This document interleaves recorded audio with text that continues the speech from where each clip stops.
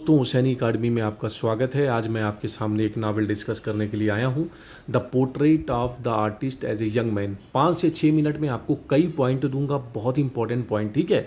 तो James Joyce ने इस नावल को लिखी है, जो मॉडर्न राइटर हैं, ठीक है, जेम्स जॉयस, ठीक है। और बहुत सारे राइटर हैं मॉडर्न राइटर, जैसे जोसेफ कॉनरैड हैं, वर्जीनिया वुल्फ हैं, डी.एच. लॉरेंस हैं, ठीक है। वैसे ये भी एक मॉडर्न राइटर हैं, ठीक है। इनकी जो वर्क है, the portrait of as an artist as a young man, इसके साथ साथ जो है इनका एक वर्क और है जो पॉपुलर है, यूलिसिस है।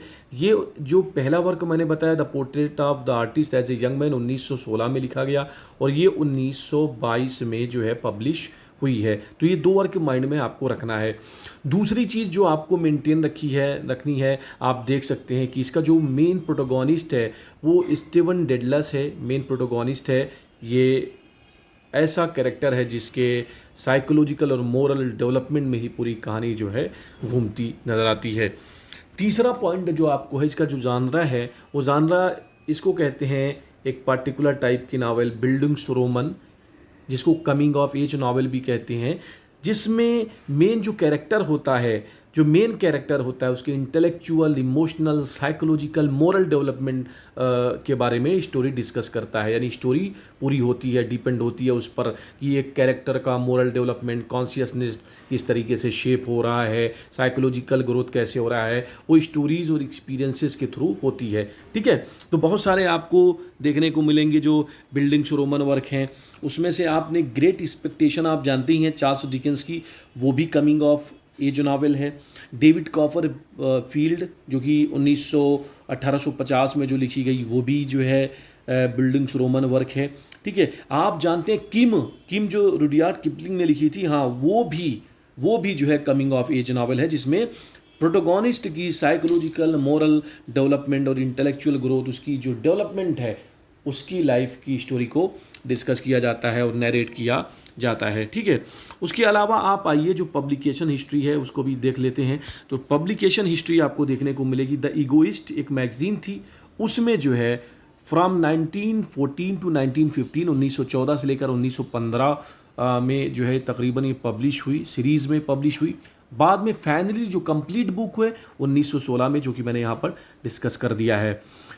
इसका जो मेन कैरेक्टर है तो बहुत कैरेक्टर जो मैं डिस्कस करूंगा, लेकिन जो मेन कैरेक्टर है उसको माइंड में रखिए, स्टीवन डेडलस जो है इसका मेन कैरेक्टर है, ठीक है। अब हम आगे जो पॉइंट को देखते हैं वो ये है, कौन सी टेक्निक यूज़ हुई है। तो टेक्निक जो देखने को मिलती है वो स्ट्रीम ऑफ कॉन्शियसनेस नरेशन है। यही स्ट्रीम ऑफ कॉन्शियसनेस जो नरेशन है आपको वर्जीनिया वुल्फ की जो वर्क है टू द लाइट हाउस में भी देखने को मिलेगा। तो ये स्ट्रीम ऑफ कॉन्शियसनेस कई राइटर और कई नावलिस्ट देखने को मिलता है कि वो यूज़ कर रहे हैं, ठीक है। आगे हम देखते हैं स्ट्रक्चर जो है इस नावल का, ये कई चैप्टर में है और ये डिफरेंट स्टेज को डिस्कस करता है, चाइल्डहुड से यूनिवर्सिटी और कॉलेज की जो लाइफ है, एक सिस्टमेटिक वे में उसके psychological, moral, intellectual, emotional growth को डिस्कस करता है, ठीक है।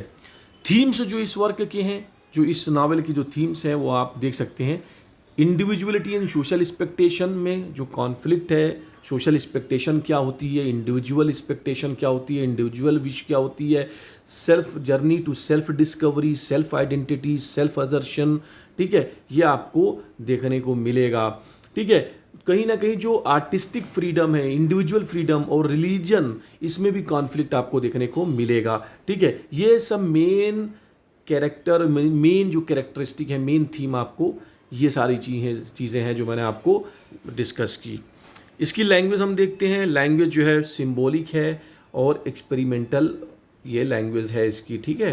ये सिंबॉलिक एंड एक्सपेरिमेंटल लैंग्वेज, जैसा कि मैंने बिगनिंग में डिस्कस किया था कि ऑटोबायोग्राफिकल एलिमेंट आपको देखने को मिलेंगे। अब हम मेजर कैरेक्टर पे आ जाते हैं। मेजर कैरेक्टर जो है वो स्टीफन डेडलस जो है वो मेन कैरेक्टर है। Stephen Dedalus main character. Simon Dedalus जो है इसके फादर हैं, मैरी डेडलस उसकी जो है मदर हैं। और जो कैरेक्टर बहुत है, लेकिन आपको जो याद रखना है एग्ज़ाम के पर्सपेक्टिव से वो ये है कि आपको ये याद रखना है कि इसकी जो जिसको ये पसंद करता है, जो गर्ल है, वो ईमा क्लेरे, ये जो है आपको माइंड में रखना है। उसका एक दोस्त है क्रिनली, उसको भी आपको माइंड में याद रखना है, ठीक है। और जो बचपन का दोस्त है वो भी यहाँ पर मैंने आपको लिख दिया है, ठीक है। तो ये सारी चीज़ें आप देख सकते हैं मटेरियल में, character, autobiographical element, language, religion, theme, structure, style, characters, ठीक है, पब्लिकेशन हिस्ट्री, कौन सा जानरा है, सेटिंग क्या है, प्रोटोगोनिस्ट क्या है, ये सारी चीज़ें आपको देखने को मिलती हैं। अगर आप मटेरियल को चाहते हैं तो हुसैन अकाडमी के नंबर पे कांटेक्ट कीजिए और आप इन तमाम मटेरियल को पा सकते हैं। Thank you very much for listening this video carefully.